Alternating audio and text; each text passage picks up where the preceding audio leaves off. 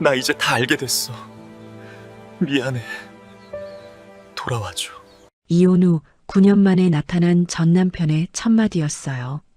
하지만 저는 9년 전 그날을 잊지 못합니다. 이 더러운 년아, 젊은 놈이랑 호텔에서 뭐 했어? 아니에요, 어머님. 제 말 좀 들어보세요. 다신 내 앞에 나타나지 마. 태성 씨, 제발. 이제 제가 왜 불륜녀가 되어 재벌가를 쫓겨나 이렇게 스님이 되었는지 이야기해 볼게요. 사연 시작 전 구독과 좋아요를 눌러주시고 어디서 듣고 계신지 댓글 남겨주시면 그곳에 건강과 행복이 가득하기를 기원하겠습니다. 그럼 오늘의 이야기 시작할게요. 네가 감히 내 아들을 배신해? 시어머니 장경희의 날카로운 목소리가 귓가에 생생합니다. 9년 전 그날 밤 저는 거실 바닥에 무릎을 꿇고 있었습니다. 시어머니 손에 들린 굵은 소금이 제 얼굴과 머리카락에 뿌려졌습니다. 따갑고 쓰라렸습니다.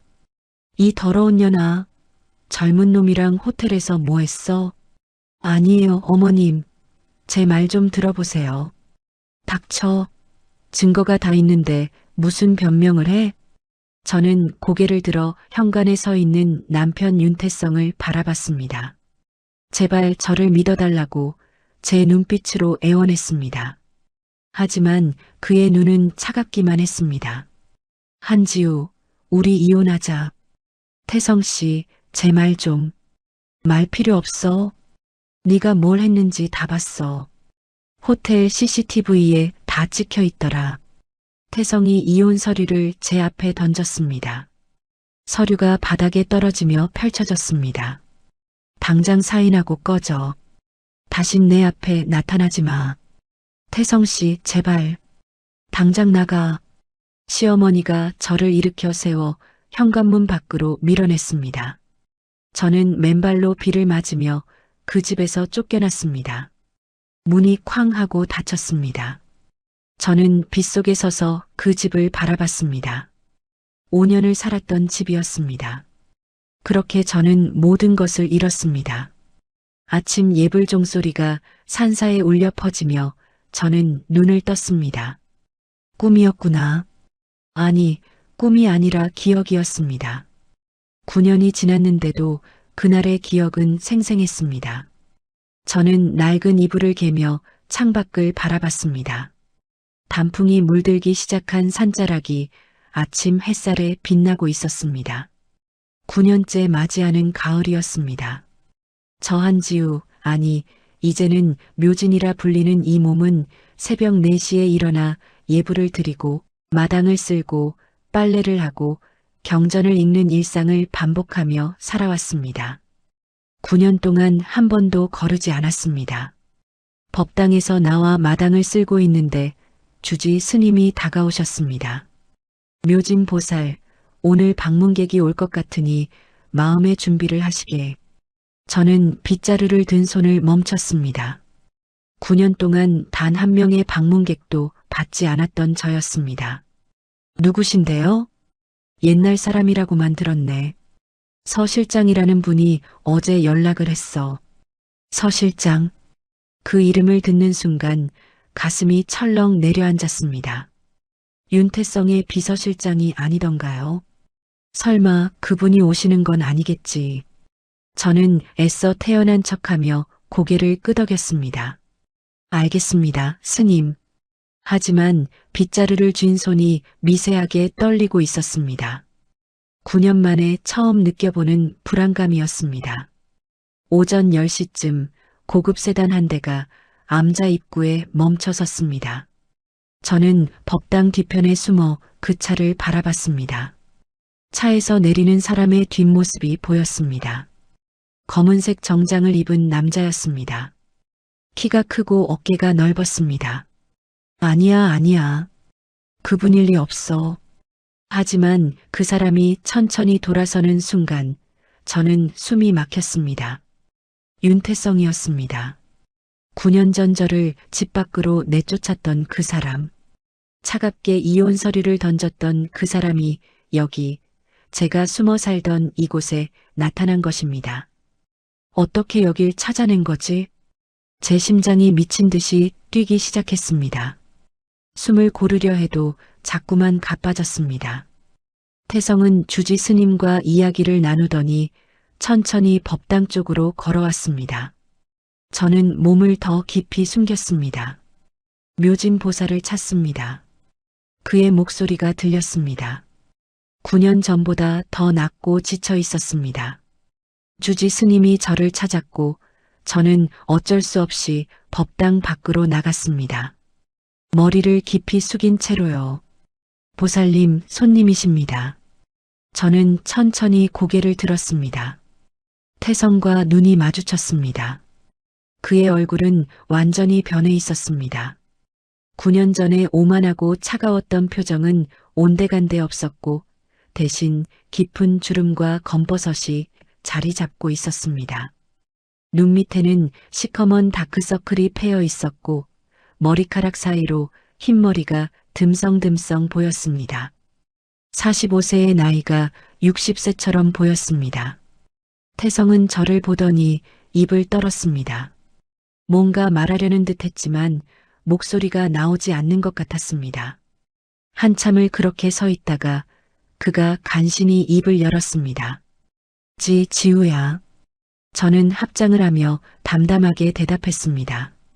여기에는 한지우라는 분이 없습니다. 저는 묘진입니다. 태성의 얼굴이 일그러졌습니다. 지우야, 제발. 나야, 태성이야. 저는 윤태성이라는 분도 모릅니다. 돌아가세요. 저는 돌아서려 했습니다. 하지만 태성이 제 팔을 잡았습니다. 지우야. 그의 손이 차가웠습니다. 뼈만 앙상하게 남은 손이었습니다. 손 떼세요. 지우야, 미안해. 정말 미안해. 그의 목소리가 떨렸습니다. 울먹이는 소리였습니다. 저는 조용히 그의 손을 떼어냈습니다. 저는 아무것도 들을 게 없어요. 그리고 당신한테 할 말도 없습니다. 지우야, 나 알았어. 다 알았어. 9년 전 그날 네가 뭘 했는지, 어머니가 뭘 했는지. 제 심장이 쿵 하고 내려앉았습니다. 뭘 안다는 거지? 태성이 주머니에서 낡은 수첩을 꺼냈습니다. 제가 쓰던 일기장이었습니다. 이거 네가 쓴 거지? 그가 떨리는 손으로 일기장을 펼쳤습니다. 오늘 현수에게 30만 원 보냈다. 대학 등록금에 보태라고. 이 아이가 꼭 좋은 사람이 되길. 현수가 또 힘들다고 연락 왔다. 내일 만나서 이야기 들어줘야지. 이 아이 혼자 너무 외로워하는 것 같아. 현수 대학 합격했다고 한다. 너무 기쁘다. 꼭 만나서 축하해줘야지. 태성의 목소리가 떨렸습니다. 그가 다음 장을 넘겼습니다. 호텔에서 현수를 만났다. 옥상에서 뛰어내리려는 걸 겨우 말렸다. 이 아이를 꼭 살려야 해. 방을 하나 잡아서 진정시켰다. 누군가 우리를 찍었다. 걱정된다. 하지만 현수 목숨이 더 중요하다. 그의 손이 떨렸습니다. 일기장이 바닥에 떨어졌습니다. 지우야, 너는 사람을 살렸던 거야. 불륜이 아니라.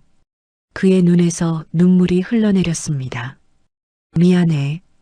정말 미안해. 저는 그 눈물을 보며 마음 한구석이 무너지는 걸 느꼈습니다. 하지만 얼굴에는 아무 표정도 짓지 않았습니다. 윤 회장님, 이제 그만 가세요. 저는 용서도 미움도 없어요. 그냥 다 내려놓았어요. 지우야, 제발. 한 번만 기회를 줘. 기회는 9년 전에 주셨어야죠. 그때 제 말을 들어주셨어야죠. 지우야, 제발 그만하세요. 이제 저는 한지우가 아니에요. 묘진이에요. 저는 법당 안으로 들어가 문을 닫았습니다. 문 뒤에서 태성의 흐느끼는 소리가 들렸습니다. 저는 벽에 기대어 미끄러지듯 바닥에 주저앉았습니다. 9년 만에 처음으로 눈물이 흘러내렸습니다. 왜 이제 와서, 왜 이제야? 태성은 1시간 넘게 법당 밖에서 기다렸습니다. 하지만 저는 끝내 나가지 않았습니다. 해가 지고 나서야 그가 떠났습니다. 차가 멀어지는 소리를 들으며 저는 긴 한숨을 내쉬었습니다. 밤이 깊어 모두가 잠든 시간, 저는 홀로 법당에 앉아 촛불을 바라봤습니다. 9년 전 그날 밤이 다시 떠올랐습니다. 호텔 복도에서 비틀거리던 김현수를 부축했던 일, 그가 옥상으로 올라가려는 걸 막았던 일, 목숨을 구하려 했던 제 선택이 불륜 누명으로 돌아왔던 일. 사모님, 저 죽고 싶어요. 안 돼, 절대 안 돼. 살아야 해. 저는 그 청년을 방으로 데려가 진정시켰습니다. 하지만 누군가 그 장면을 찍었고 그것이 증거가 되어 저를 집에서 쫓아냈습니다. 촛불이 흔들렸습니다. 저는 눈을 감고 기도를 올렸습니다. 하지만 마음속 깊은 곳에서 한 가지 궁금증이 피어올랐습니다. 그 사람은 어떻게 진실을 알게 된 걸까? 그리고 현수는 지금 어디서 뭘 하고 있을까? 밖에서 바람이 불어왔습니다. 낙엽이 떨어지는 소리가 들렸습니다. 9년 만에 다시 시작된 이야기. 저는 준비가 되어 있지 않았습니다. 태성이 떠난 다음 날 아침, 저는 새벽 예불도 거르고 방에 누워 있었습니다. 9년 만에 처음이었습니다. 마음이 흔들리고 있었습니다. 그 사람이 일기장을 봤다는 건 현수를 알게 됐다는 거잖아. 저는 천장을 바라보며 9년 전 그날 밤을 떠올렸습니다. 모든 것이 시작된 그 악몽 같은 밤을요.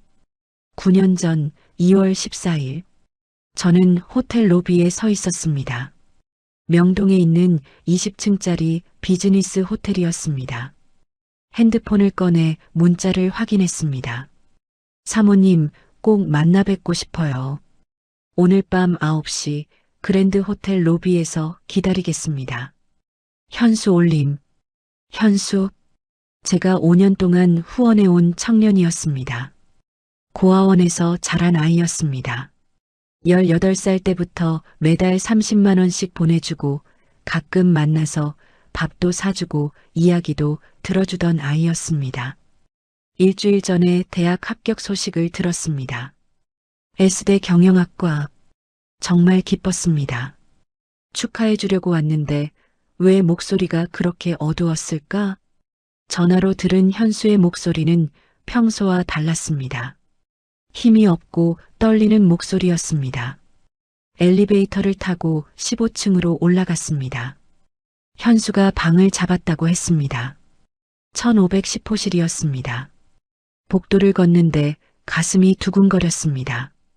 왠지 모를 불안감이 엄습했습니다. 왜 이렇게 불안하지? 방 앞에 도착했습니다. 초인종을 눌렀습니다. 아무 대답이 없었습니다. 다시 눌렀습니다. 여전히 대답이 없었습니다. 현수야, 나야. 문 열어. 안에서 무언가 쓰러지는 소리가 들렸습니다. 심장이 철렁 내려앉았습니다. 현수야, 현수야. 저는 문을 두드렸습니다. 하지만 안에서는 아무 소리도 들리지 않았습니다. 안 돼. 뭔가 잘못됐어. 저는 급히 복도 끝으로 뛰어갔습니다. 비상계단 쪽이었습니다.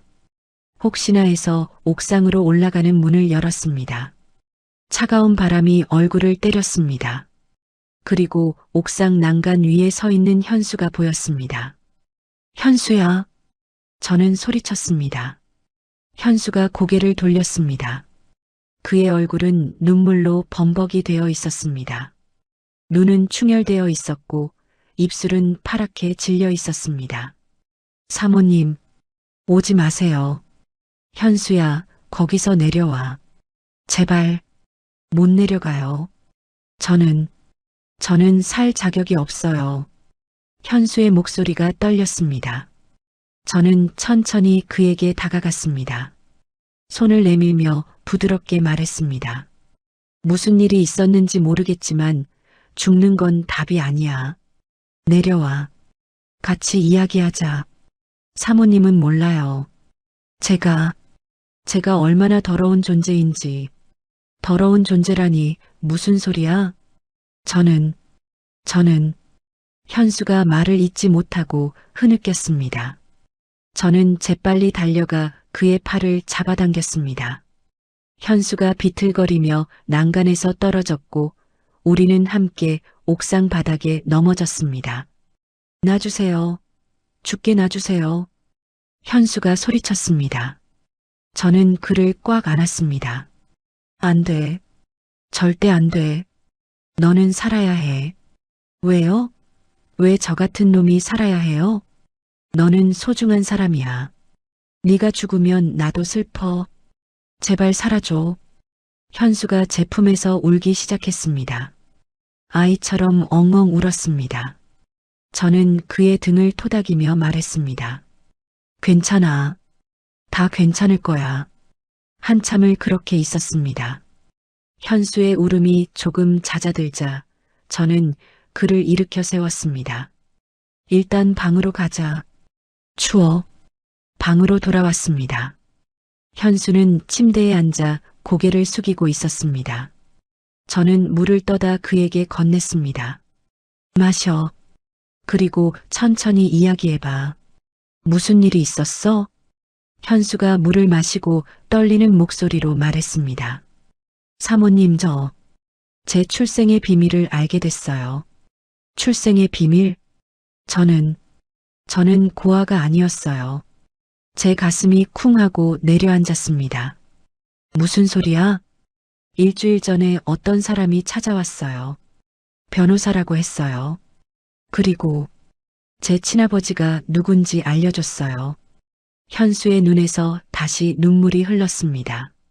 제 아버지는 재벌이래요. 천성그룹 선대 회장이요. 저는 숨이 막혔습니다. 천성그룹, 제 시아버지가 세운 회사, 그리고 지금은 돌아가신 그분. 뭐라고? 제 어머니는 그분의 비서였대요. 그리고 임신을 했는데 회장님 부인이 알게 됐대요. 그래서 어머니는 쫓겨났고 저를 낳고 돌아가셨대요. 현수가 고개를 떨구며 말했습니다. 저는 사생아예요. 더러운 핏줄이에요. 그런 말하지 마. 사모님이 저한테 그렇게 잘해주셨는데 알고 보니 저는 사모님 남편의 배다른 동생이었어요. 제 머릿속이 하얗게 변했습니다.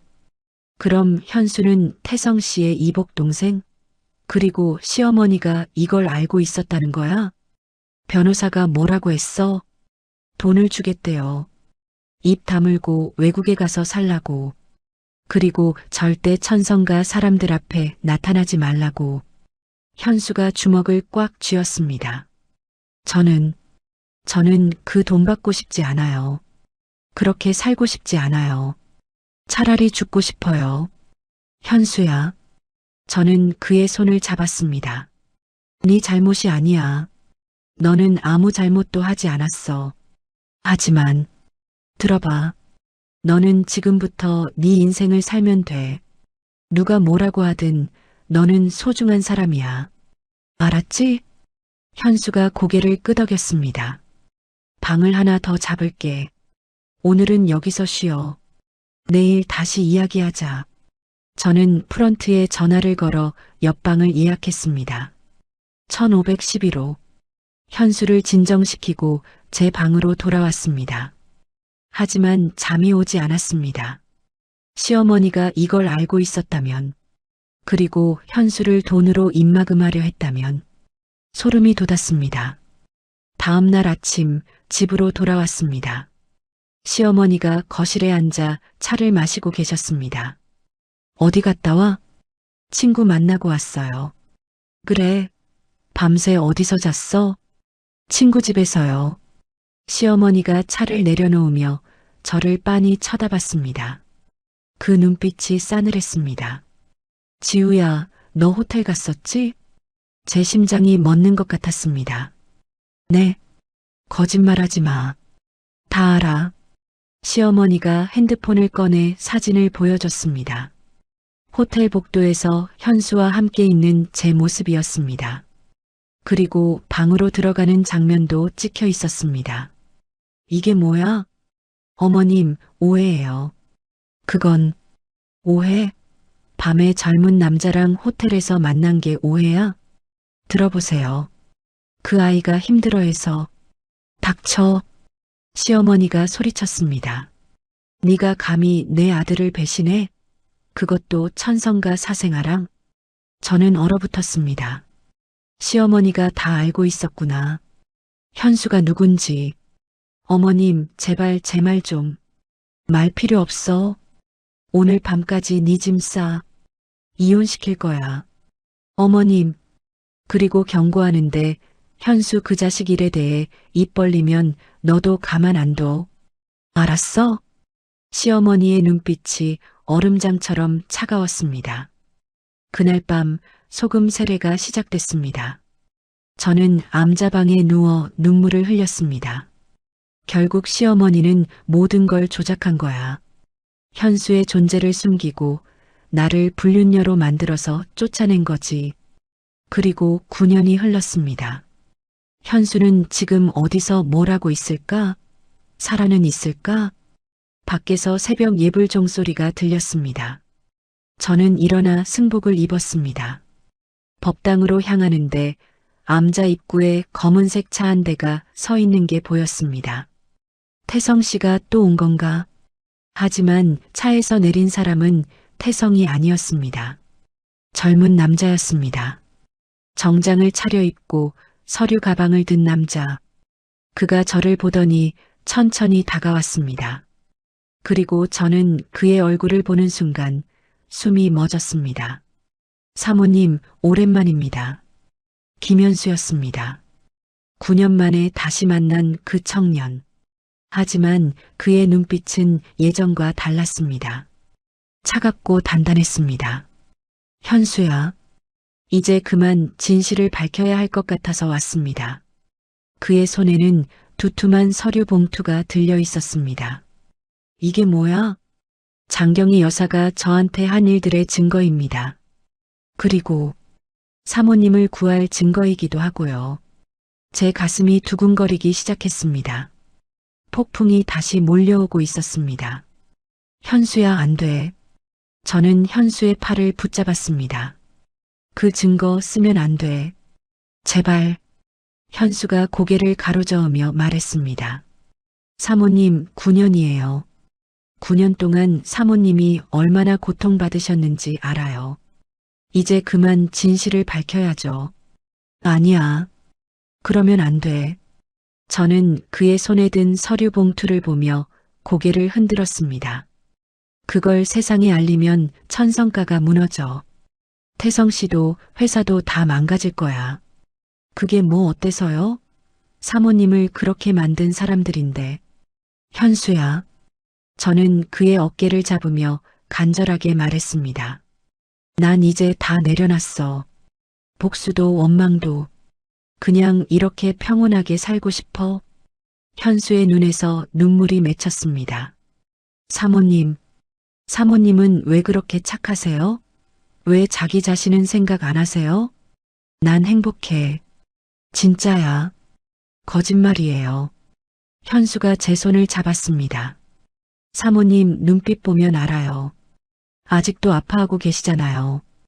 9년 동안 얼마나 외로우셨어요? 저는 대답할 수 없었습니다. 그때 뒤에서 차 소리가 들렸습니다. 검은색 세단이 암자 입구에 멈춰 섰습니다. 태성의 차였습니다. 차에서 내린 태성이 저와 현수를 보더니 얼어붙었습니다. 지우야. 그리고 네가. 태성이 현수를 바라보며 중얼거렸습니다. 김현수. 현수가 태성을 똑바로 쳐다봤습니다. 그의 눈빛에는 도전적인 무언가가 있었습니다.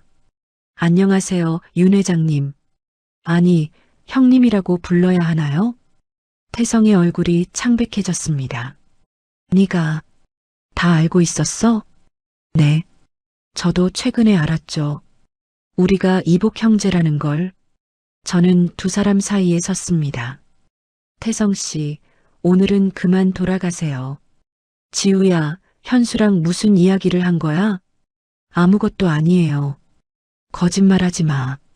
현수 손에 든 거, 그게 뭐야? 태성이 현수에게 다가갔습니다. 그게 증거야? 우리 어머니가 지우를 모함한 증거. 현수가 서류 봉투를 가슴에 꽉 안았습니다. 그렇다면요? 회장님은 어떻게 하실 건데요? 나한테 줘. 내가 직접 확인할게. 싫습니다. 뭐? 이 증거는 사모님의 것이에요. 회장님 같은 사람한테 줄 수 없어요. 태성의 얼굴이 붉어졌습니다. 김현수, 지금 나한테 도전하는 거야? 도전이 아니에요. 사실을 말하는 거죠. 회장님은 9년 전에 사모님을 버렸잖아요. 믿지 않았잖아요. 그건 변명하지 마세요. 전 다 봤어요. 사모님이 소금 맞으며 쫓겨나던 거. 그런데 이제 와서 미안하다고 하면 뭐해요? 태성이 주먹을 꽉 쥐었습니다. 너 지금 나한테. 그만해요. 둘 다. 저는 소리쳤습니다. 싸우지 마요. 제발. 세 사람 사이에 침묵이 흘렀습니다. 주지 스님이 나오셨습니다. 여기서 소란 피우지 마세요. 이곳은 수행하는 곳입니다. 죄송합니다, 스님. 저는 고개를 숙였습니다. 현수야, 너는 돌아가. 그리고 태성 씨도 가세요. 지우야, 제발 가요. 더 이상 여기 오지 마세요. 저는 법당 안으로 들어가 문을 닫았습니다. 밖에서 두 남자가 한참을 서 있는 소리가 들렸습니다. 그러다 차 시동 거는 소리가 2번 들렸고 조용해졌습니다. 그날 오후 서울 천성그룹 본사. 태성은 회장실에서 서 실장을 불렀습니다. 실장, 김현수에 대해 다 조사해줘. 지금 뭐하고 사는지, 누구랑 만나는지 전부. 알겠습니다, 회장님. 그리고 9년 전에 우리 어머니가 누굴 시켜서 지우를 감시했는지도 찾아내. 회장님, 그건 조 여사님을 조사하시겠다는 말씀이신가요? 그래. 어머니가 뭘 했는지 다 알아야 해. 서 실장이 난처한 표정을 지었습니다. 회장님, 조심하셔야 합니다. 조 여사님이 아시면 상관없어. 어차피 나는 이미 어머니와 틀어졌어. 같은 시각 청담동 고급 빌라. 장경희는 거실 소파에 앉아 와인을 마시고 있었습니다. 비서가 다가와 조심스럽게 말했습니다. 여사님, 김현수가 암자에 갔다 왔답니다. 장경희의 손이 멈췄습니다. 뭐? 그리고 윤 회장님도 같은 시간에 거기 계셨고요. 그 자식이 감히. 장경희가 와인잔을 테이블에 내려놓았습니다. 김현수한테 연락해. 당장 날 만나러 오라고. 알겠습니다. 장경희의 눈빛이 차갑게 식었습니다. 9년 전에 돈 주고 입 막았는데 또 나타나? 이번엔 확실하게 처리해야겠어. 저녁 6시 김현수는 장경희가 지정한 장소로 갔습니다.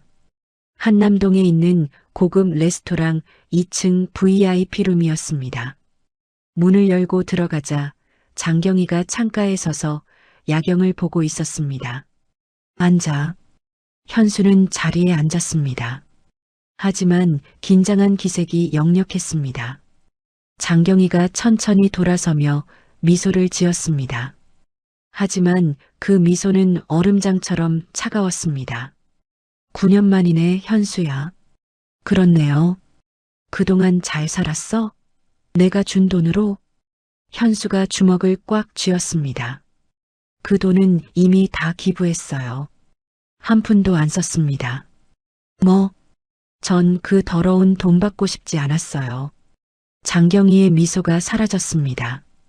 더럽다고? 감히 내가 준 돈을 더럽다고 해? 사실이잖아요. 입 막으려고 주신 돈이잖아요. 이 자식이. 장경희가 현수에게 다가와 차가운 목소리로 말했습니다. 네가 뭘 알아? 너 같은 사생아 주제에. 사생아요? 맞아요. 전 사생아예요. 그런데 그게 제 잘못인가요? 잘못이든 아니든 너는 입 다물고 살아야 해. 알겠어? 싫어요. 뭐, 이제 진실을 밝힐 거예요.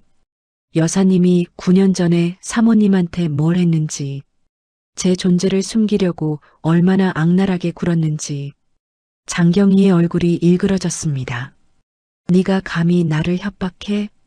협박이 아니에요. 경고예요. 현수가 자리에서 일어났습니다. 일주일 드릴게요. 일주일 안에 사모님한테 사과하고 진실을 밝히세요. 안 그러면 제가 직접 기자회견 열겠습니다. 이 자식이 정말. 장경희가 손을 들어 현수의 뺨을 때렸습니다. 찰싹. 현수의 고개가 옆으로 꺾였습니다. 하지만 그는 다시 고개를 돌려 장경희를 똑바로 쳐다봤습니다. 때리세요. 얼마든지. 하지만 전 물러서지 않아요. 현수는 레스토랑을 나갔습니다. 장경희는 떨리는 손으로 핸드폰을 꺼냈습니다. 여보세요? 나야. 일 하나 맡길 게 있어. 김현수라는 놈 알지? 그 자식 입 좀 막아줘. 어떻게든. 전화를 끄는 장경희의 얼굴에는 악독한 미소가 번졌습니다. 9년 전처럼 또 뭉개버리면 돼. 이번엔 더 확실하게. 다음 날 아침 암자. 저는 마당을 쓸고 있었습니다. 핸드폰이 울렸습니다. 9년 만에 처음 울리는 소리였습니다. 모르는 번호였습니다. 여보세요? 사모님, 저예요. 현수. 현수야? 무슨 일이야? 사모님, 조심하세요. 장경희 여사가 움직이기 시작했어요. 뭐? 어젯밤에 만났어요. 협박하더라고요. 입 다물라고. 제 가슴이 철렁 내려앉았습니다. 현수야, 너 괜찮아? 전 괜찮아요. 하지만 사모님이 위험할 것 같아요. 여사님이 뭘 할지 몰라요. 괜찮아. 난 여기서 안전해. 사모님, 정말 기자회견하면 안 될까요? 이러다 여사님한테 또. 안 돼. 현수야, 약속해. 절대 그러지 마. 전화를 끊고 나서 저는 하늘을 바라봤습니다. 또 시작됐구나. 시어머니의 공격이. 저는 알고 있었습니다. 장경희라는 사람이 얼마나 무서운 사람인지. 그날 밤 서울 어느 골목길. 현수가 집으로 돌아가고 있었습니다. 갑자기 뒤에서 검은 차 한 대가 다가왔습니다. 차에서 남자 3명이 내렸습니다. 김현수 씨죠? 누구세요? 잠깐 같이 가시죠. 할 이야기가 있어요. 현수가 뒤로 물러섰습니다. 싫은데요? 남자들이 현수를 둘러쌌습니다. 선택권은 없어요. 한 남자가 현수의 팔을 붙잡았습니다. 바로 그때 다른 차 한 대가 급정거하며 멈춰섰습니다. 서 실장이 차에서 내렸습니다. 거기 뭐 하는 거야? 남자들이 놀라 뒤로 물러섰습니다.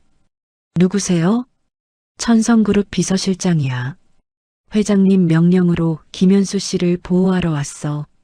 남자들은 서로 눈짓을 나누더니 황급히 차에 올라타 도망갔습니다. 현수가 안도의 한숨을 쉬었습니다. 감사합니다. 회장님이 너를 보호하라고 하셨어. 앞으로 내가 계속 따라다닐 거야. 회장님이요? 그래. 회장님도 진실을 알고 싶어 하셔. 그러니까 무슨 증거든 우리한테 보여줘. 현수가 고개를 끄덕였습니다. 이제 시작이구나. 진짜 싸움이. 암자에서 저는 법당에 홀로 앉아 촛불을 바라봤습니다. 폭풍이 몰려오고 있었습니다. 하지만 피할 수 없다는 걸 알았습니다. 9년 전의 진실이 세상에 드러날 날이 다가오고 있었습니다. 사흘이 지났습니다. 저는 암자에서 뉴스를 보고 있었습니다. 주지 스님이 가져다 준 태블릿이었습니다. 화면에는 기자회견장이 나왔습니다. 수많은 카메라와 기자들이 몰려 있었습니다. 그리고 단상 위에 김현수가 서 있었습니다. 현수야, 너 결국. 제 가슴이 두근거리기 시작했습니다. 현수가 마이크 앞에 섰습니다. 깊게 숨을 들이마시고 입을 열었습니다. 안녕하십니까? 저는 김현수입니다. 기자들이 카메라 플래시를 터뜨렸습니다. 오늘 이 자리는 9년 전 한 여성에게 씌워진 억울한 누명을 벗기기 위해 마련했습니다. 현수가 서류를 들어 올렸습니다. 그분의 이름은 한지우. 천성그룹 윤태성 회장의 전 부인입니다. 기자들이 웅성거리기 시작했습니다. 9년 전 한지우 씨는 불륜 혐의로 천성가에서 쫓겨났습니다. 하지만 그것은 거짓이었습니다. 현수의 목소리가 떨렸습니다. 한지우 씨는 불륜을 저지른 것이 아닙니다. 그분은 사람을 살렸습니다. 바로 저를요. 기자회견장이 순식간에 조용해졌습니다. 9년 전 2월 14일 밤 저는 호텔 옥상에서 뛰어내리려 했습니다. 살고 싶지 않았습니다. 현수의 눈에서 눈물이 흘러내렸습니다. 하지만 한지우 씨가 저를 구해주셨습니다. 추운 옥상에서 저를 안아주시며 살라고 소중한 사람이라고 말씀해 주셨습니다. 기자 한 명이 손을 들었습니다. 그럼 호텔방에 같이 있던 건 어떻게 설명하시겠습니까? 저를 진정시키기 위해서였습니다. 방을 하나 잡아주시고 물도 주시고 이야기를 들어주셨습니다. 그게 전부입니다. 현수가 다른 서류를 꺼냈습니다. 그리고 이것은 천성그룹 장경희 회장 부인이 저를 협박한 녹취록입니다. 스피커에서 장경희의 목소리가 흘러나왔습니다. 네가 입 다물지 않으면 너도 한지우도 가만 안 둬. 알았어? 제발요, 여사님. 사모님은 아무 잘못도 없어요. 닥쳐. 너 같은 사생아 주제에 감히 내 며느리랑 만나? 돈 받고 꺼져. 안 그러면 네 대학 합격 취소시켜버릴 거야. 기자회견장이 술렁거렸습니다. 현수가 고개를 들어 카메라를 똑바로 바라봤습니다. 한지우 씨는 저를 5년 동안 후원해 주신 은인입니다. 저는 고아원에서 자랐고 사모님이 매달 30만 원씩 보내주셨습니다. 그 돈으로 공부했고 대학에 합격했습니다. 현수가 후원 기록을 들어보였습니다. 이것이 증거입니다. 한지우 씨는 불륜녀가 아닙니다. 한 청년의 목숨을 구한 영웅입니다. 기자들이 일제히 질문을 쏟아냈습니다. 그럼 장경희 여사가 모든 걸 조작했다는 말씀이신가요? 네, 그렇습니다. 왜 9년이 지난 지금 밝히시는 겁니까? 죄책감 때문입니다. 저는 9년 동안 비겁하게 침묵했습니다. 하지만 더 이상은 안 됩니다. 한지우 씨가 9년 동안 얼마나 고통받으셨는지 생각하면 현수가 말을 잇지 못하고 흐느꼈습니다. 저는 태블릿을 끄고 마당으로 나갔습니다. 눈물이 멈추지 않았습니다. 현수야, 고마워. 하지만 이러면 안 되는데. 1시간 후 인터넷이 폭발했습니다. 포털 사이트 실시간 검색어 1위부터 10위까지 모두 이 사건 관련이었습니다. 천성그룹 장경희, 며느리 모함 의혹, 9년 전 불륜 스캔들, 알고 보니 생명구조, 한지우, 불륜녀에서 영웅으로. 댓글이 폭주했습니다. 장경희 감옥 보내야 함. 한지우 씨 너무 불쌍해. 9년 동안 얼마나 힘들었을까. 재벌집 며느리 진짜 지옥이네. 여론이 완전히 뒤집혔습니다. 천성그룹 본사 앞에는 항의하는 사람들이 모였습니다. 장경희 사퇴하라. 한지우 씨께 사과하라. 태성은 회장실에서 생중계되는 기자회견을 보고 있었습니다. 현수가 우는 모습을 보며 책상을 주먹으로 내리쳤습니다. 어머니가 정말 이런 짓을. 서 실장이 조심스럽게 다가왔습니다. 회장님, 지금 언론이 난리입니다. 입장 발표를 해야 할 것 같습니다. 입장? 무슨 입장을 내? 다 사실인데.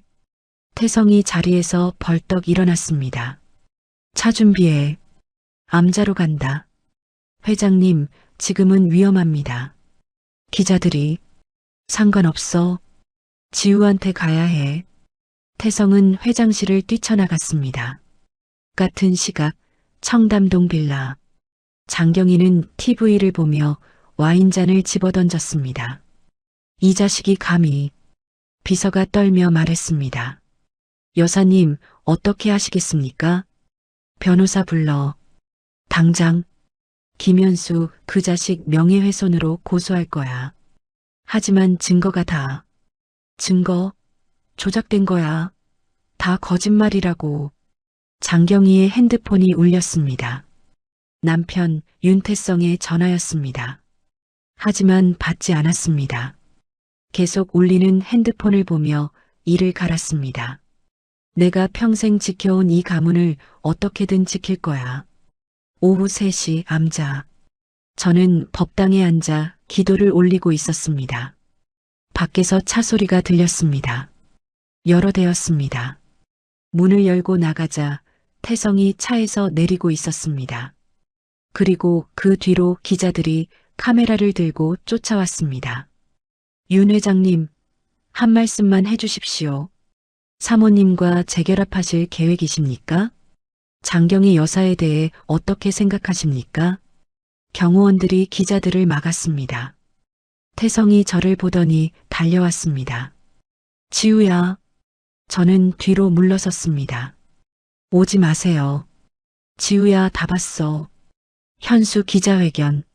진실이 다 밝혀졌어. 그래서요? 그러니까 이제 돌아가자. 다시 시작하자. 저는 고개를 가로저었습니다. 싫어요. 태성의 얼굴이 굳었습니다. 뭐? 전 돌아가지 않을 거예요. 왜? 이제 오해가 다 풀렸잖아. 사람들도 다 알았어. 네가 잘못한 게 없다는 거. 그게 중요한 게 아니에요. 저는 태성을 똑바로 바라봤습니다. 태성 씨, 당신은 9년 전에 저를 믿지 않았어요. 한마디 변명도 듣지 않고 이혼 서류를 던졌죠.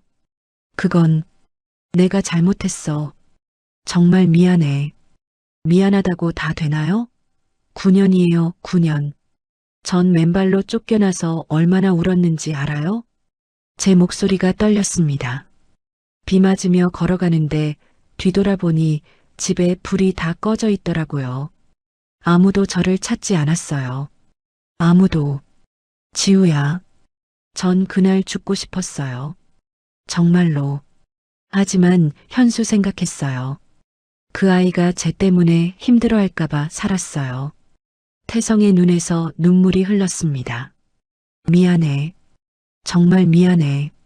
미안하다는 말은 이제 지겨워요. 저는 돌아섰습니다. 돌아가세요. 그리고 다시는 오지 마세요. 지우야, 제발. 한 번만 기회를 줘. 기회는 9년 전에 주셨어야죠. 저는 법당 안으로 들어가 문을 닫았습니다. 밖에서 태성의 흐느끼는 소리가 들렸습니다. 지우야, 제발. 나 정말 후회하고 있어. 하지만 저는 문을 열지 않았습니다. 주지 스님이 태성에게 다가갔습니다. 회장님, 돌아가시는 게 좋겠습니다. 묘진 보살의 마음을 존중해 주세요. 스님, 제발이요. 저 여자 없이는 못 살아요. 그래도 안 됩니다. 지금은 보살님이 혼자 있고 싶어 하십니다. 태성은 결국 돌아갔습니다.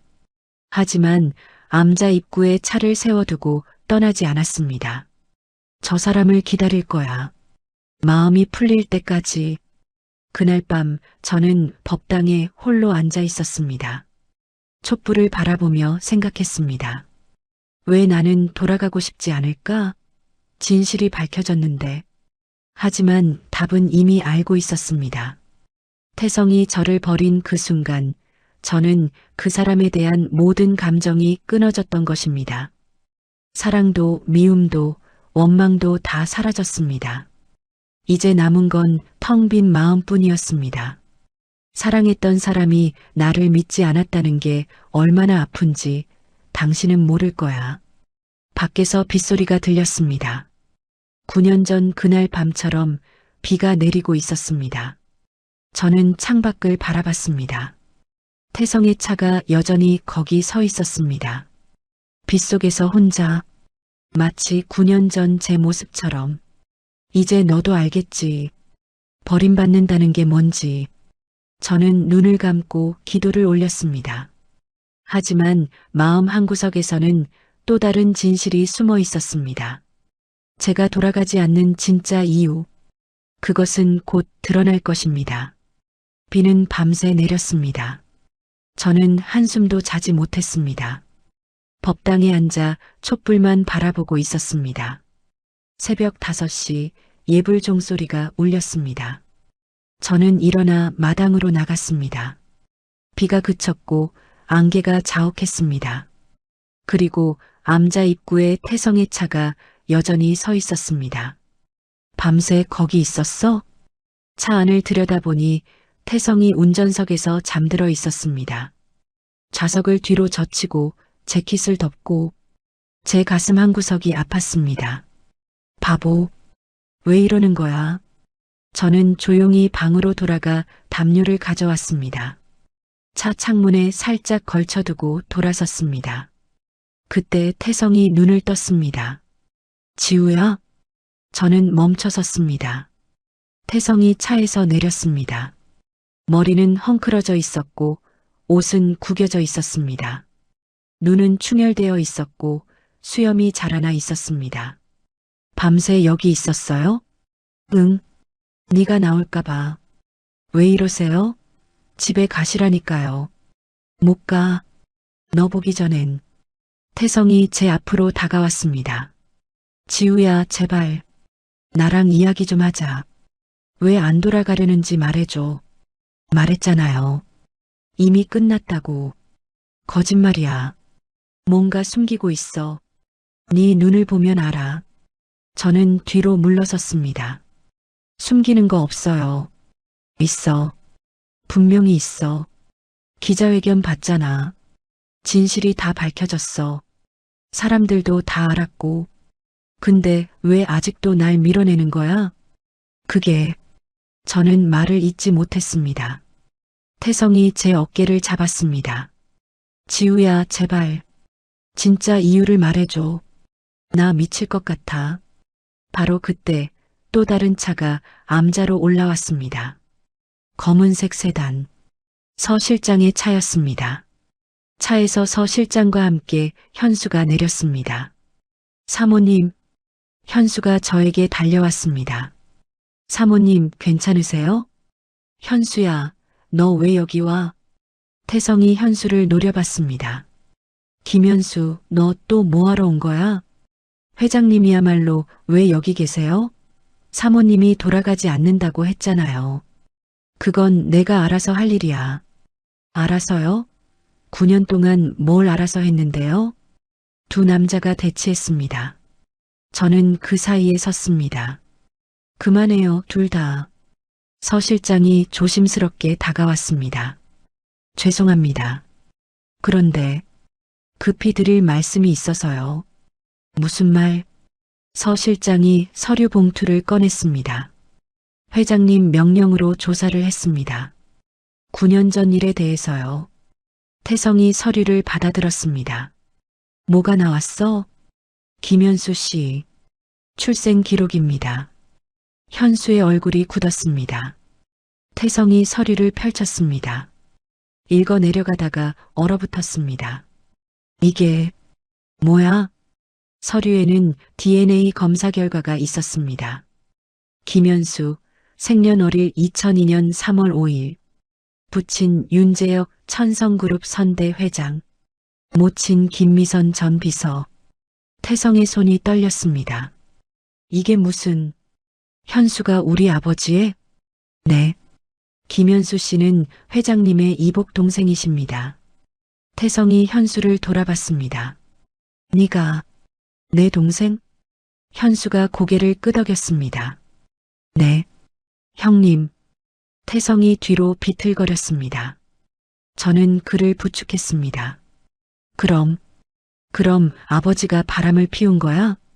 서 실장이 조심스럽게 말했습니다. 선대 회장님과 김미선 씨의 관계는 25년 전의 일입니다. 김미선 씨가 임신하자 조 여사님이 알게 되셨고, 그래서 어머니가 쫓아낸 거야? 네.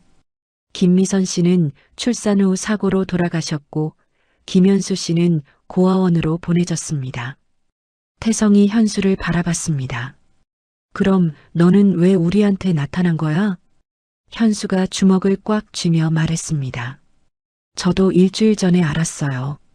변호사가 찾아와서 말해줬어요. 그리고 돈을 주겠다고 했죠. 입 다물고 외국에 가라고. 누가 시킨 거야? 장경희 여사님이요. 태성의 얼굴이 창백해졌습니다. 어머니가.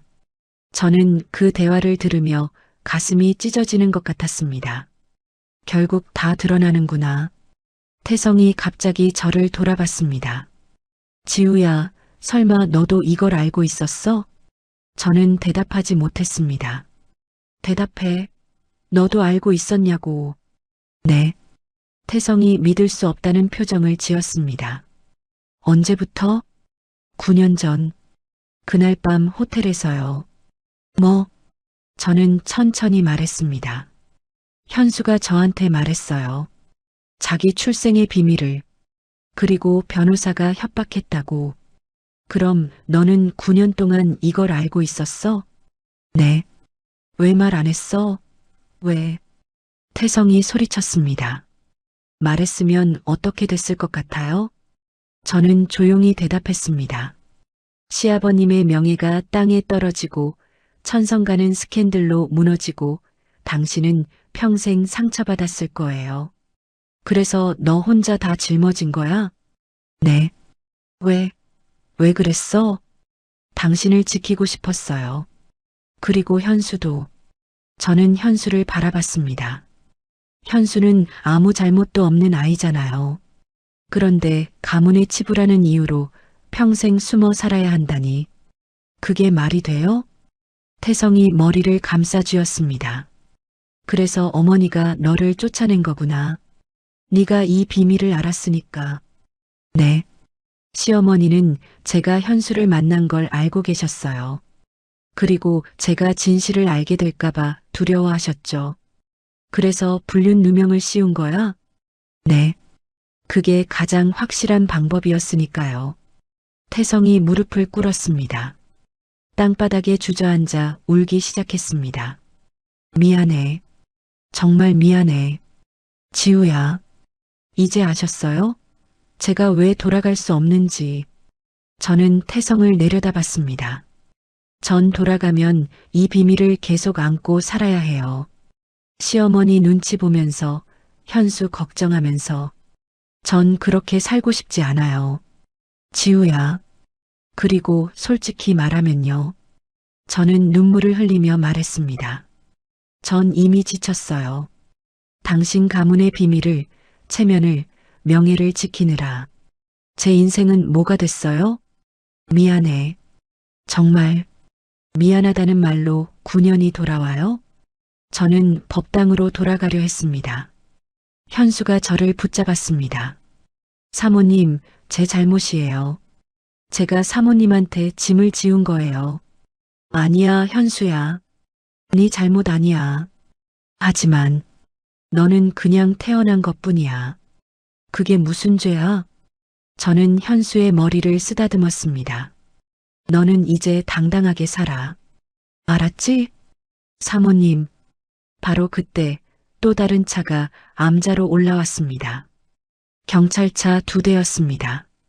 형사 2명이 차에서 내렸습니다. 장경희 씨 계십니까? 태성이 일어섰습니다. 무슨 일이십니까? 장경희 씨를 체포하러 왔습니다. 명예훼손, 무고, 그리고 횡령 혐의입니다. 어머니를요? 네. 어디 계십니까? 서 실장이 나섰습니다. 장경희 여사님은 청담동 자택에 계십니다. 감사합니다. 경찰이 떠나려는데 태성이 말했습니다. 제가 직접 모시고 가겠습니다. 형사가 고개를 끄덕였습니다.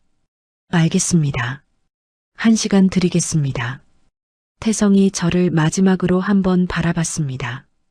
지우야, 나 어떻게 해야 해? 어머니한테 가세요. 그리고 이제 진실과 마주하세요. 너는 날 용서할 수 있어? 저는 잠시 침묵했습니다. 모르겠어요. 아직은. 태성이 고개를 숙이고 차에 올랐습니다. 현수가 저를 바라봤습니다. 사모님, 전 어떻게 하면 돼요? 네 인생을 살아. 이제 더 이상 숨지 마. 하지만 형님은, 태성 씨는 강한 사람이야. 견뎌낼 거야. 저는 법당으로 돌아갔습니다. 그리고 문을 닫으며 생각했습니다. 이제 정말 끝이구나. 9년간 지켜온 비밀이 다 드러났어. 하지만 마음 한구석은 여전히 무거웠습니다. 1시간 후 청담동 빌라. 태성이 초인종을 눌렀습니다. 장경희가 문을 열었습니다.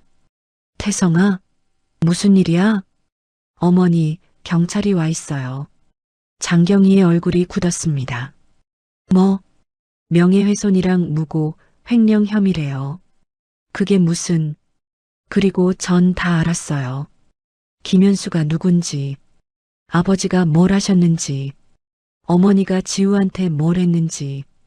장경희가 뒤로 물러섰습니다. 태성아, 그건... 변명하지 마세요. 태성의 목소리가 차갑게 식었습니다. 전 이제 어머니 편이 아니에요. 뭐라고? 지우 편이에요. 그리고 현수 편이고요. 장경희의 얼굴이 일그러졌습니다. 이 배은망덕한 자식이 어머니가 만드신 거예요. 이 모든 게. 태성은 돌아서며 경찰에게 말했습니다. 어머니 모시고 가세요. 경찰이 수갑을 채우며 장경희를 데려갔습니다. 내가 누군 줄 알아? 천성가의 안주인이야. 하지만 아무도 듣지 않았습니다. 태성은 그 모습을 보며 눈물을 흘렸습니다. 어머니, 왜 이렇게까지 하셨어요?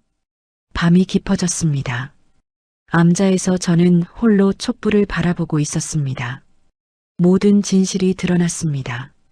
하지만 제 마음은 여전히 텅 비어 있었습니다. 이제 뭘 해야 하지? 내일은 또 어떤 일이 벌어질까요? 장경희가 체포된 지 일주일이 지났습니다. 저는 여전히 암자에 있었고 태성은 여전히 산 아래 작은 여관에 머물며 매일 찾아왔습니다. 하지만 저는 만나주지 않았습니다. 어느 날 오후 주지 스님이 제 방으로 오셨습니다. 묘진 보살, 손님이 왔어. 태성 씨면 안 만난다고 전해주세요. 윤 회장이 아니야. 다른 분이야. 저는 마당으로 나갔습니다. 서 실장이 서 있었습니다. 얼굴이 창백했고 눈 밑에 다크서클이 짙었습니다. 사모님, 급히 말씀드릴 게 있습니다. 무슨 일이세요? 서 실장이 서류를 꺼냈습니다. 천성그룹이 위기에 처했습니다. 무슨 위기요? 장 여사님 체포 이후 주가가 40% 폭락했습니다. 그리고 주요 거래처들이 계약을 해지하고 있어요. 제 가슴이 철렁했습니다. 그럼 회사가 한 달 안에 자금난을 해결하지 못하면 부도가 날 수 있습니다. 태성 씨는 뭐라고 해요? 회장님이 최선을 다하고 계십니다. 하지만 서 실장이 말을 멈췄습니다. 하지만 뭐요?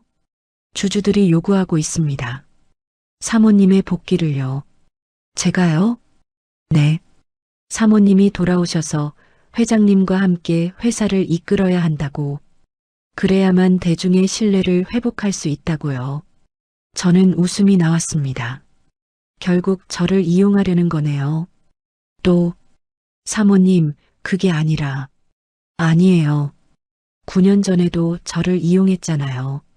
가문의 비밀을 지키는 희생양으로. 이번에도 똑같네요. 사모님 회사가 무너지면 5천 명의 직원들이 일자리를 잃습니다. 저는 대답하지 못했습니다. 그리고 김현수 씨도요.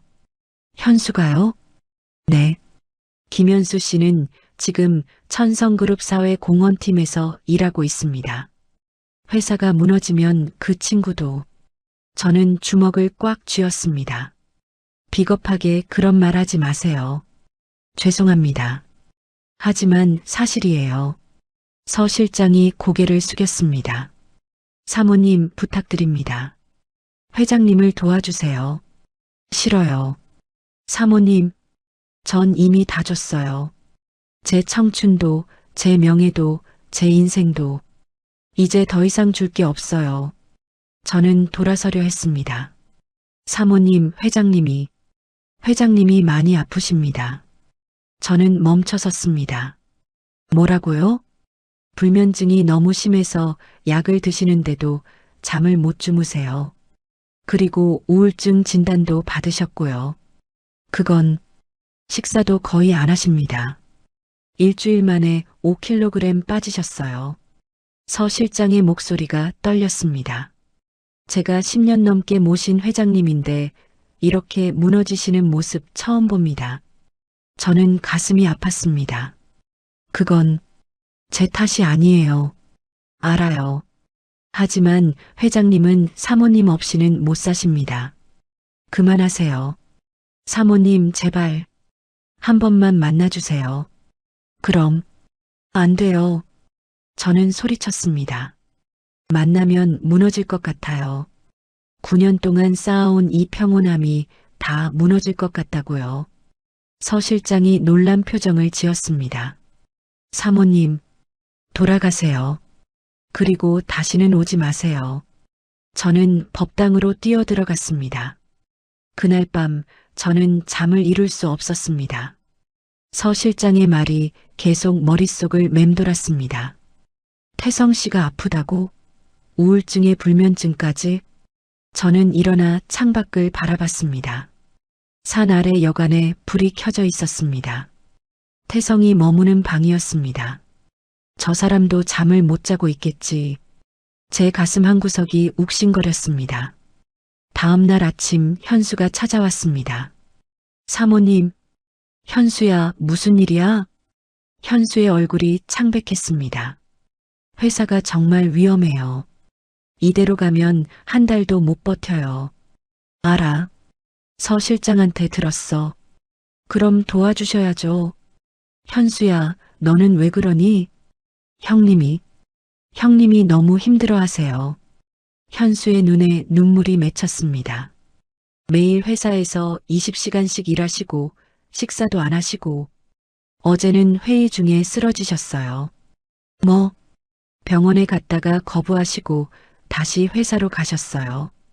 제가 말렸는데 현수가 울기 시작했습니다. 제 잘못이에요. 제가 기자회견 안 했으면, 제가 나타나지 않았으면. 아니야, 현수야. 네 잘못 아니야. 저는 현수를 안았습니다. 그럼 사모님이 돌아가 주세요. 제발이요. 현수야. 전 형님이 죽을까봐 무서워요. 정말로요. 저는 현수의 등을 토닥이며 눈물을 흘렸습니다. 내가 뭘 해야 하지? 정말 뭘 해야 하는 거지? 그날 오후 저는 결심했습니다. 주지 스님, 태성 씨한테 전해주세요.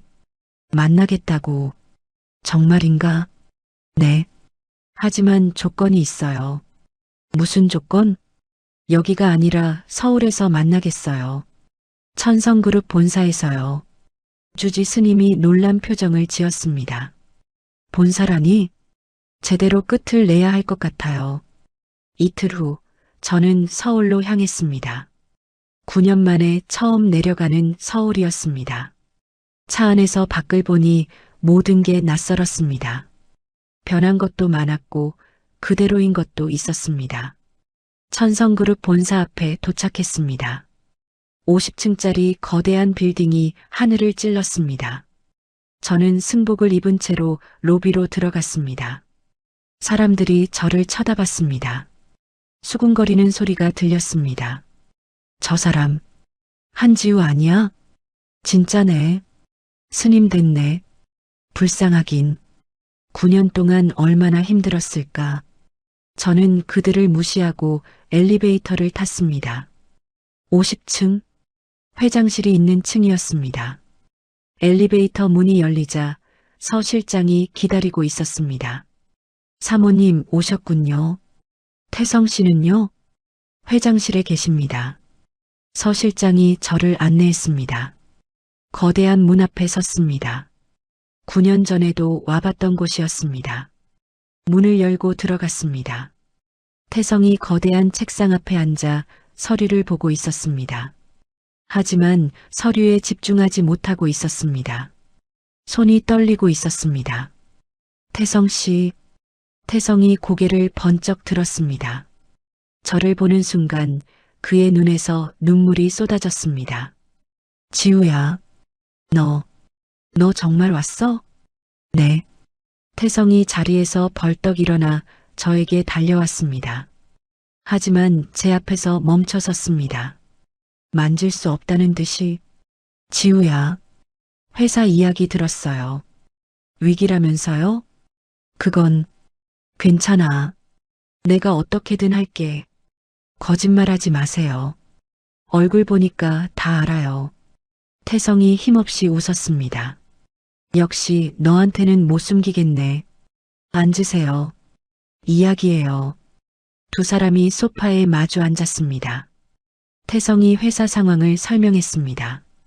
얼마나 심각한지 저는 조용히 듣고 있었습니다. 그래서 나한테 뭘 원하세요? 돌아와줘. 제발. 그래서요? 제가 돌아가면 모든 게 해결돼요? 아니, 그건 아니야. 하지만 태성이 제 손을 잡으려 했습니다. 저는 손을 뒤로 뺐습니다. 지우야, 난 너 없이는 못 살아. 정말로. 그건 제 문제가 아니에요. 알아. 내가 너무 이기적인 거 알아. 하지만 태성의 목소리가 떨렸습니다. 난 매일 네 생각해. 아침에 눈 뜨면 너고 밤에 자려고 누우면 또 너야. 네가 없는 세상은 의미가 없어. 태성 씨, 미안해. 9년 전에 너를 믿지 않아서, 너를 버려서 그게 내 인생 최악의 실수였어. 태성이 무릎을 꿇었습니다. 제발 한 번만 용서해줘. 기회를 줘. 저는 태성을 내려다봤습니다. 용서는 이미 했어요. 정말? 네. 암자에서 9년 동안 기도하며 다 용서했어요. 그럼 돌아와줘. 제발. 하지만 용서와 재결합은 다른 거예요. 태성의 얼굴이 창백해졌습니다. 지우야, 전 이미 다른 사람이 됐어요. 한지우는 9년 전에 죽었어요. 이제 저는 묘진이에요. 아니야. 너는 여전히 내 지우야. 아니에요. 저는 일어섰습니다. 하지만 회사는 도와드릴게요. 뭐? 제가 기자회견 할게요. 그리고 주주총회에 나갈게요. 회사를 살리는 데 필요한 거라면 뭐든 할게요. 태성이 희망에 찬 눈빛으로 저를 바라봤습니다. 정말? 정말이야? 네. 하지만 조건이 있어요. 뭐든지 해줄게. 회사가 안정되면 저는 다시 암자로 돌아갈 거예요. 그리고 태성 씨는 저를 찾지 말아요. 태성의 얼굴이 굳었습니다. 그게 조건이에요. 받아들이세요. 지우야, 그건 너무 잔인해. 잔인한 건 태성 씨도 마찬가지였어요. 9년 전에요. 저는 돌아서서 문을 향해 걸어갔습니다. 내일 기자회견 준비하세요. 제가 나갈게요. 지우야. 그리고 태성 씨. 저는 뒤돌아보지 않고 말했습니다. 이번이 마지막이에요. 정말 마지막. 문을 닫고 나오는 순간 제 눈에서 눈물이 흘렀습니다. 미안해요, 태성 씨. 하지만 전 정말 돌아갈 수 없어요. 엘리베이터를 타고 내려오는 동안 저는 울었습니다. 결정은 내렸지만 마음은 여전히 아팠습니다. 다음 날 거대한 기자회견장. 저는 단상에 섰습니다. 승복을 입은 채로 수백 개의 카메라가 저를 향했습니다. 안녕하세요. 저는 한지우입니다. 플래시가 터졌습니다. 오늘 이 자리는 천성그룹과 제 남편, 아니 전 남편 윤태성 회장을 위해 나왔습니다. 사람들이 숨을 죽였습니다. 윤태성 회장은 훌륭한 경영자입니다. 9년 전의 일은 오해였고 이제 진실이 밝혀졌습니다. 저는 카메라를 똑바로 바라봤습니다. 저는 천성그룹이 다시 일어서길 바랍니다. 그리고 윤 회장이 회사를 잘 이끌 거라 믿습니다. 하지만 저는 회사로 돌아가지 않을 겁니다. 저는 이미 제 길을 찾았습니다. 기자 한 명이 손을 들었습니다. 그럼 회장님과 재결합 계획은 없으신 겁니까? 네, 없습니다. 이유가 뭡니까? 저는 잠시 침묵했습니다. 사랑은 한번 깨지면 다시 붙일 수 없습니다. 용서는 할 수 있어도 예전으로 돌아갈 수는 없어요. 기자회견장이 조용해졌습니다. 감사합니다. 저는 단상에서 내려왔습니다. 뒤에서 태성이 서 있었습니다. 눈물을 흘리며 저는 그를 지나쳐 걸어갔습니다. 돌아보지 않았습니다. 밖으로 나오자 비가 내리기 시작했습니다. 9년 전 그날처럼. 하지만 이번에는 달랐습니다. 저는 혼자가 아니었습니다. 제 안에 평온함이 있었으니까요. 잘 가요, 태성 씨. 그리고 행복하세요. 기자회견 후 이틀이 지났습니다. 천성그룹 주가는 반등하기 시작했고 주요 거래처들이 다시 연락을 해왔습니다. 저의 기자회견이 효과가 있었던 것입니다. 하지만 저는 여전히 마음이 무거웠습니다. 호텔방에 혼자 앉아 창밖을 바라봤습니다. 서울의 야경이 빛나고 있었습니다. 9년 만에 본 서울이었지만 이제 제 것이 아니라는 걸 알았습니다. 핸드폰이 울렸습니다. 모르는 번호였습니다. 여보세요? 한지우 씨신가요? 네, 누구세요? 서울구치소입니다. 장경애 씨가 면회를 요청하셨는데요. 제 심장이 쿵 하고 내려앉았습니다. 시어머니가요? 네. 만나주실 수 있으신가요? 저는 잠시 망설였습니다. 시어머니가 왜 나를 만나려는 거지? 언제 가면 되나요?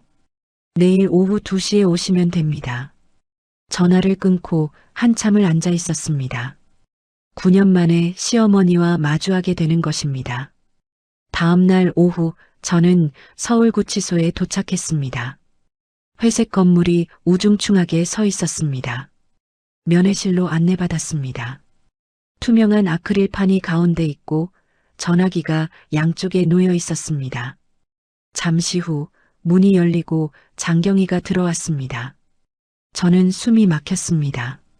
9년 전에 그 위험 있고 우아했던 모습은 온데간데 없었습니다. 죄수복을 입은 장경희는 머리가 허옇게 새어 있었고 얼굴은 주름투성이었습니다. 눈가는 푹 꺼져 있었고 입술은 바짝 말라 있었습니다. 겨우 한 달 만에 이렇게 변한 것입니다. 장경희가 의자에 앉았습니다. 저도 마주보며 앉았습니다. 서로 한참을 말없이 바라봤습니다. 장경희가 먼저 전화기를 들었습니다. 저도 들었습니다. 왔구나. 네. 앉아서 고맙다. 장경희의 목소리는 쉬어 있었습니다. 무슨 말씀을 하시려고 부르셨어요? 미안하다고 하려고. 저는 귀를 의심했습니다. 뭐라고요? 미안하다. 지우야. 장경희의 눈에서 눈물이 흘렀습니다. 9년 전에 너한테 한 짓이 너무 미안해. 어머님, 나도 알아. 변명의 여지가 없다는 거. 너를 쫓아내고 누명을 씌우고 네 인생을 망친 거. 장경희가 고개를 숙였습니다. 하지만 나는 너무 무서웠어. 뭐가 무서우셨어요? 천성가가 무너질까봐. 남편의 비밀이 세상에 알려질까봐. 태성이가 상처받을까봐. 장경이가 떨리는 손으로 얼굴을 감쌌습니다. 그래서 너를 희생시켰어. 너만 없애면 모든 게 해결될 줄 알았어. 그래서 제가 9년 동안 고통받는 건 괜찮으셨어요? 아니야. 괜찮지 않았어. 장경이가 저를 똑바로 바라봤습니다. 솔직히 말하면 처음엔 괜찮았어. 너를 쫓아낸 게 잘한 일이라고 생각했어. 하지만 시간이 갈수록요? 태성이가 무너지는 걸 봤어. 매일 밤 술 마시고 네 이름 부르며 우는 걸 봤어. 장경이의 목소리가 떨렸습니다. 그리고 깨달았어. 내가 내 아들의 행복을 빼앗았다는 걸. 천성가를 지키려다가 정작 가장 중요한 걸 잃었다는 걸. 저는 눈물이 나려는 걸 참았습니다. 지우야, 너한테 용서를 구할 자격도 없는 거 알아. 하지만 제발 태성이를 용서해줘. 태성 씨는 잘못한 게 없잖아요. 있어. 너를 믿지 않은 게 잘못이야. 내 말만 믿은 게 잘못이고. 장경이가 아크릴판에 손을 댔습니다. 하지만 그 애는 너를 사랑했어. 지금도 사랑해. 매일 네 생각하며 살고 있어. 알아요. 그럼 돌아가줘. 제발. 못 돌아가요. 장경이의 얼굴이 굳었습니다. 왜? 사랑만으로는 부족해요, 어머님. 저는 조용히 말했습니다. 신뢰가 없으면 사랑도 의미가 없어요. 9년 전에 태성 씨는 저를 믿지 않았어요. 그게 너무 아팠어요. 지우야, 저는 이제 평온을 찾았어요. 암자에서 기도하며 마음의 평화를 찾았고요. 그걸 다시 잃고 싶지 않아요. 장경이가 울기 시작했습니다. 내 잘못이야. 다 내 잘못이야. 네. 어머님 잘못이에요. 저는 단호하게 말했습니다. 하지만 저는 어머님을 용서해요. 장경이가 고개를 번쩍 들었습니다. 뭐라고? 용서해요. 완전히는 아니지만 조금씩이요. 왜 날 용서해?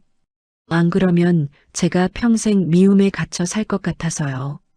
전 자유롭고 싶어요. 저는 아크릴판에 손을 댔습니다. 장경이의 손과 마주보게.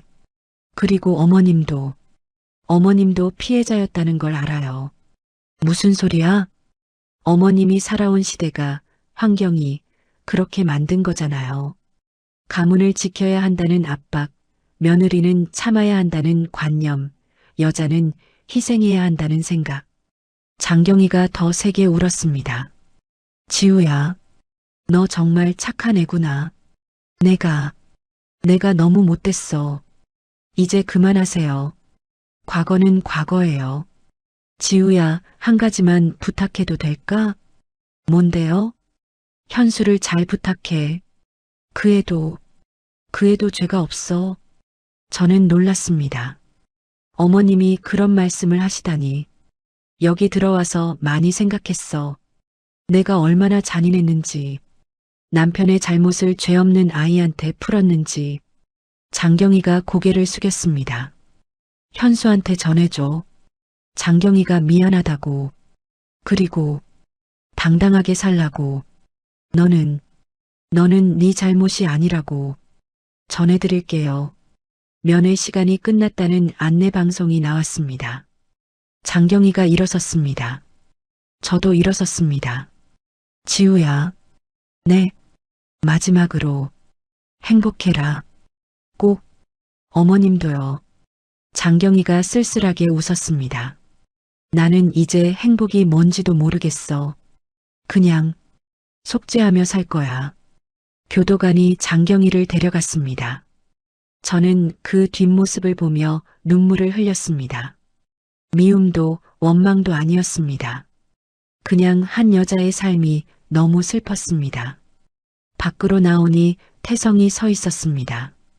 지우야. 태성 씨? 어떻게 여기를?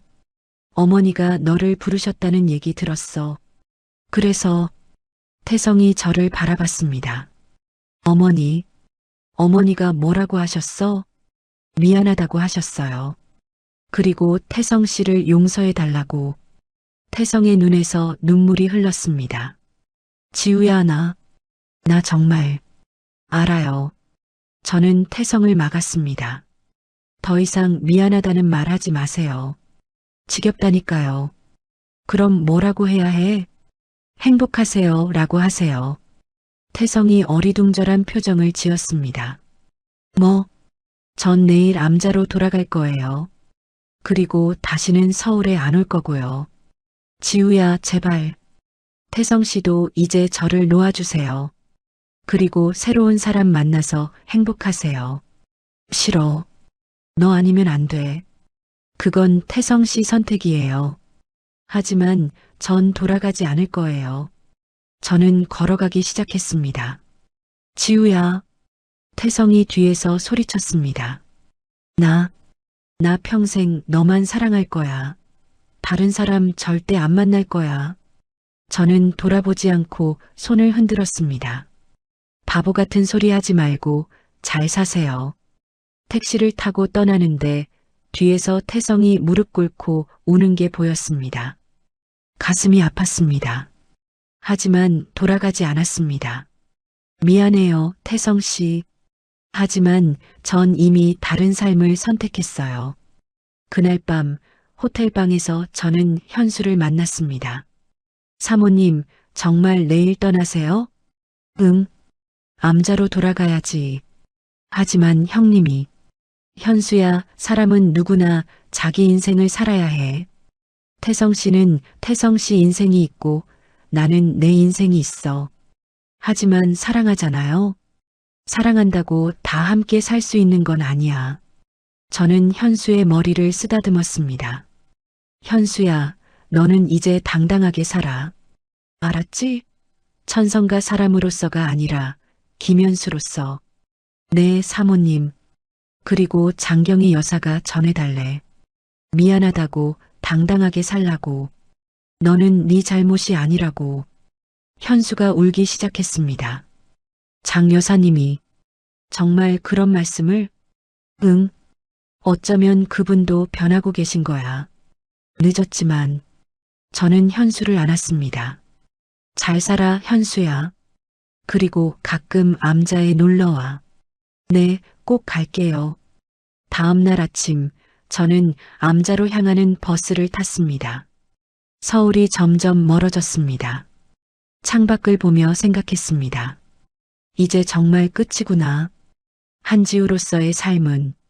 하지만 슬프지 않았습니다. 오히려 홀가분했습니다. 마지막 매듭을 풀었으니까요. 암자에 도착하니 주지 스님이 반갑게 맞아주셨습니다. 잘 다녀왔나? 네, 스님. 많이 힘들었겠어. 괜찮아요. 이제 정말 다 내려놓았어요. 저는 법당으로 들어가 기도를 올렸습니다. 태성 씨, 행복하세요. 그리고 감사했어요. 사랑해줘서. 밖에서 바람이 불어왔습니다. 낙엽이 떨어졌습니다. 계절은 겨울로 넘어가고 있었습니다. 그리고 제 인생도 새로운 계절로 넘어가고 있었습니다. 1년이 흘렀습니다. 계절은 다시 가을이었습니다. 암자 마당에 단풍잎이 빨갛게 물들어 떨어지고 있었습니다. 저는 빗자루로 낙엽을 쓸며 미소 지었습니다. 벌써 1년이네. 지난 1년 동안 많은 일이 있었습니다. 천성그룹은 위기를 넘겼고 주가도 회복됐습니다. 태성이 훌륭하게 회사를 이끌었습니다. 현수는 천성그룹 사회 공헌팀장으로 승진했습니다. 그리고 얼마 전에 여자친구가 생겼다고 기쁜 목소리로 전화했습니다. 사모님, 정말 좋은 사람이에요. 소개시켜드리고 싶어요. 그래, 꼭 데리고 와. 장경희는 징역 3년을 선고받았습니다. 고령이라 형량이 줄었지만 구치소에서 옮겨진 교도소 생활은 힘들다고 했습니다. 하지만 태성이 매주 면회를 간다고 들었습니다. 어머니를 원망하지 않는 모양이었습니다. 그리고 태성, 그 사람은 약속을 지켰습니다. 1년 동안 단 한 번도 암자에 오지 않았습니다. 하지만 매달 편지가 왔습니다. 산 아래 우체국을 통해서요. 저는 편지를 읽지 않고 서랍에 모아두었습니다. 지금 12통이 쌓여 있었습니다. 언젠가는 읽겠지. 예불 종소리가 울렸습니다. 저는 법당으로 향했습니다. 기도를 올리는데 주지 스님이 들어오셨습니다. 묘진 보살, 산 아래 마을에서 택배가 왔어. 택배요? 응. 누가 보낸 건지 모르겠는데 받아보게. 상자를 열어보니 두툼한 담요와 따뜻한 내복, 그리고 차 한 세트가 들어 있었습니다. 카드가 하나 있었습니다. 겨울이 다가옵니다. 산속은 추우니 건강 챙기세요. 산 아래에서 저는 알았습니다. 누가 보낸 것인지. 바보 같은 사람. 하지만 가슴 한구석이 따뜻해졌습니다. 며칠 후 현수가 여자친구를 데리고 암자에 왔습니다. 사모님, 소개할게요. 제 여자친구 서연이에요. 젊고 밝은 여자였습니다. 눈이 초롱초롱했고 미소가 예뻤습니다. 안녕하세요, 스님. 현수 오빠한테 얘기 정말 많이 들었어요. 그래요? 반갑습니다. 셋이 암자 마당에 앉아 차를 마셨습니다. 현수가 행복한 표정으로 말했습니다. 사모님, 저 이제 정말 당당하게 살고 있어요. 형님도 저를 동생으로 인정해 주시고 회사 사람들도 다 알지만 아무도 뭐라 안 해요. 잘했어, 현수야. 다 사모님 덕분이에요. 사모님이 저를 살려주셨잖아요. 서연이가 제 손을 잡았습니다. 스님, 오빠 살려주셔서 감사해요. 오빠가 없었으면 저도 이렇게 행복하지 못했을 거예요. 저는 미소 지었습니다. 행복하게 살아요, 두 사람. 현수가 조심스럽게 물었습니다. 사모님, 형님은 요즘 어떠세요? 연락하세요? 아니, 안 해. 형님이 많이 힘들어하세요. 일만 하시고 사람도 안 만나시고. 저는 대답하지 않았습니다. 사모님, 한 번만 만나주시면 안 돼요? 현수야. 저는 단호하게 말했습니다. 나는 이미 내 길을 선택했어. 태성 씨도 자기 길을 가야 해. 하지만 형님은 아직도 사모님만. 그건 태성 씨가 해결할 문제야. 현수가 입을 다물었습니다. 서연이가 부드럽게 말했습니다. 스님, 저희 결혼할 때 축복해 주실 수 있으세요? 물론이죠. 꼭 초대해 주세요. 둘이 떠난 후 저는 홀로 산책을 했습니다.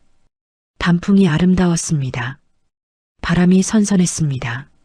나는 행복할까? 스스로에게 물었습니다. 답은 네였습니다. 이곳에서의 삶이 평온했고 마음이 편안했습니다. 태성을 그리워하는 마음은 여전히 있었지만 그것이 제 삶을 지배하지는 않았습니다. 저녁 무렵 저는 산 아래 마을로 내려갔습니다. 장을 보러요. 슈퍼마켓에서 물건을 고르고 있는데 밖에서 익숙한 차 한 대가 지나갔습니다. 검은색 세단. 태성의 차였습니다. 제 심장이 두근거렸습니다. 여기 왜 온 거지? 슈퍼 주인 할머니가 말했습니다. 아, 저 차? 요즘 자주 보여요. 저 양반 산 입구 쪽 작은 집 하나 샀나 봐요. 네. 한 달에 한두 번씩 와서 그 집에서 자고 가더라고요. 암자 쪽을 하염없이 바라보고만 있어요. 저는 숨이 막혔습니다. 태성 씨가 여기 집을 샀다고? 그 양반 참 안 됐어요. 맨날 혼자 와서 산만 바라보고 무슨 사연이 있나 봐요. 저는 장바구니를 들고 밖으로 나왔습니다. 멀리 산 입구 쪽에 작은 한옥 한 채가 보였습니다. 예전에는 없던 집이었습니다. 그 집 마당에 태성이 서 있었습니다. 암자가 있는 산을 바라보며 저는 발걸음을 멈췄습니다. 저 사람, 정말 바보네. 가슴이 아팠습니다. 하지만 다가가지 않았습니다. 태성도 저를 봤을 것입니다. 하지만 그도 다가오지 않았습니다. 우리는 그렇게 멀리서 서로를 바라봤습니다. 500m쯤 떨어져서 바람이 불었습니다. 낙엽이 날렸습니다. 저는 고개를 숙이고 암자로 올라갔습니다. 뒤돌아보지 않았습니다. 그날 밤 저는 처음으로 태성의 편지를 꺼냈습니다. 가장 최근 편지, 12번째 편지를 떨리는 손으로 봉투를 열었습니다. 지우에게 1년이 지났습니다. 당신과 약속한 대로 암자에 가지 않았습니다. 당신의 평온을 깨뜨리지 않으려고 노력했습니다. 하지만 당신을 못 보는 게 너무 힘들어서 산 아래 작은 집을 샀습니다. 한 달에 한 번씩 와서 암자가 있는 산을 바라봅니다. 당신을 볼 수는 없지만 당신이 있는 곳을 바라보는 것만으로도 위로가 됩니다. 나는 아직도 당신을 사랑합니다. 앞으로도 계속 사랑할 것입니다. 하지만 당신에게 짐이 되고 싶지 않습니다. 그래서 이렇게 멀리서만 지켜보겠습니다. 건강하게 지내세요, 내 사랑. 산 아래에서 당신을 바라보는 사람. 저는 편지를 읽고 눈물을 흘렸습니다. 바보. 정말 바보 같은 사람. 하지만 미소도 지어졌습니다. 그 사람이 여전히 저를 사랑한다는 게, 기다린다는 게 이상하게도 위로가 됐습니다. 저는 편지지를 꺼냈습니다. 9년 만에 처음 쓰는 편지였습니다. 태성 씨에게 편지 잘 받았습니다. 12통 다요. 오늘 산 아래 마을에서 태성 씨를 봤습니다.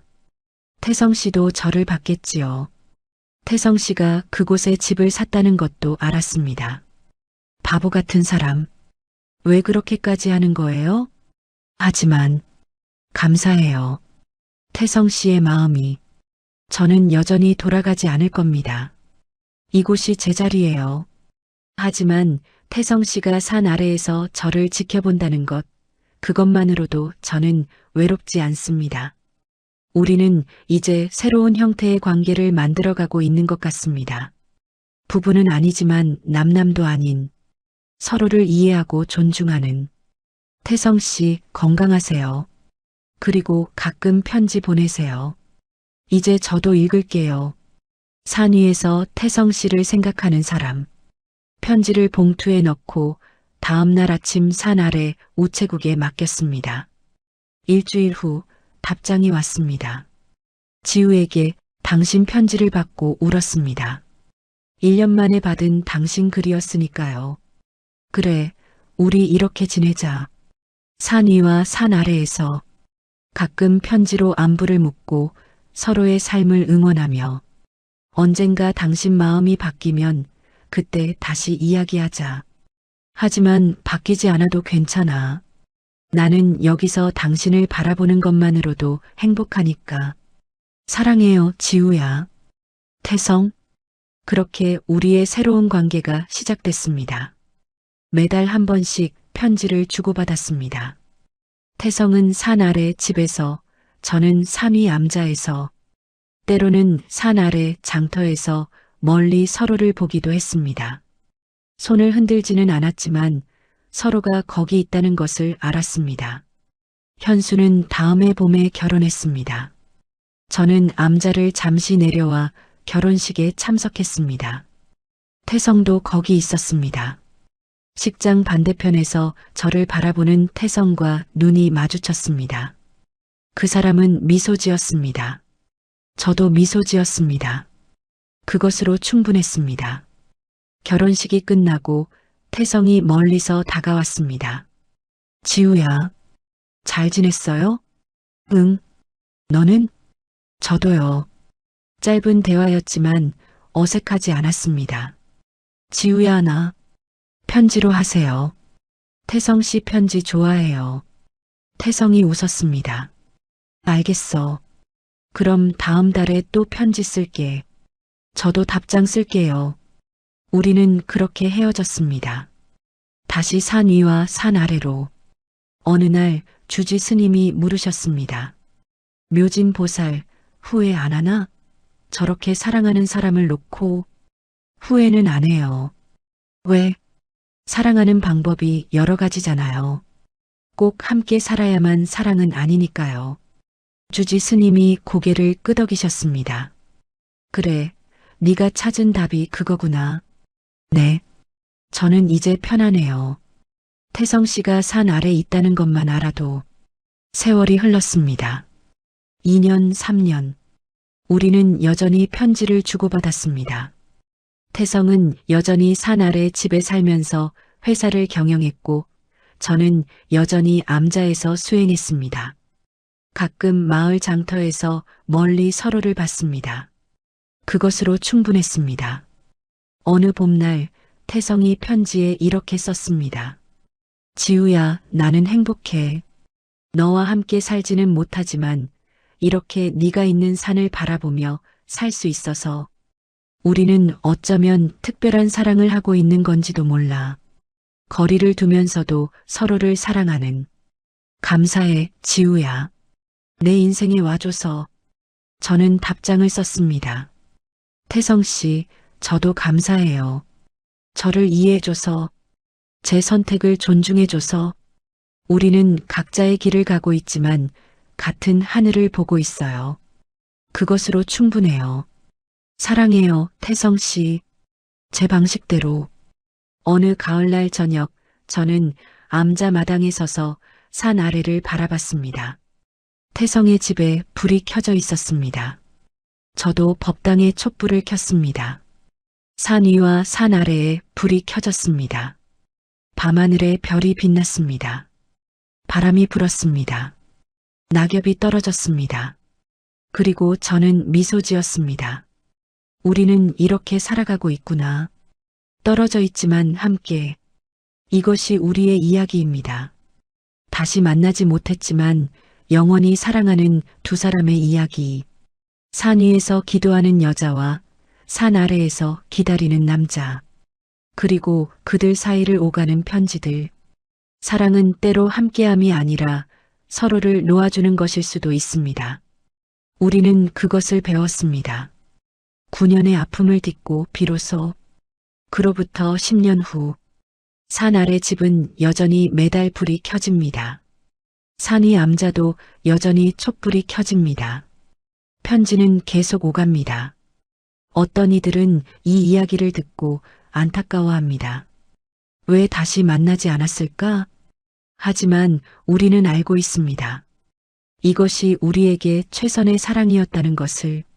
산 위와 산 아래, 가까우면서도 먼, 함께하면서도 독립적인 그런 사랑도 있습니다. 때로는 그것만으로도 충분합니다. 오늘의 이야기가 당신의 마음에 작은 감동을 드렸다면 앞으로도 당신의 여정에 감동 가득한 이야기들로 찾아뵐 수 있도록 구독과 좋아요를 눌러주세요. 그리고 오늘 이야기의 주인공을 위한 따뜻한 응원의 마음도 댓글로 부탁드려요. 당신의 건강과 행복을 기원합니다. 인형극장이었습니다.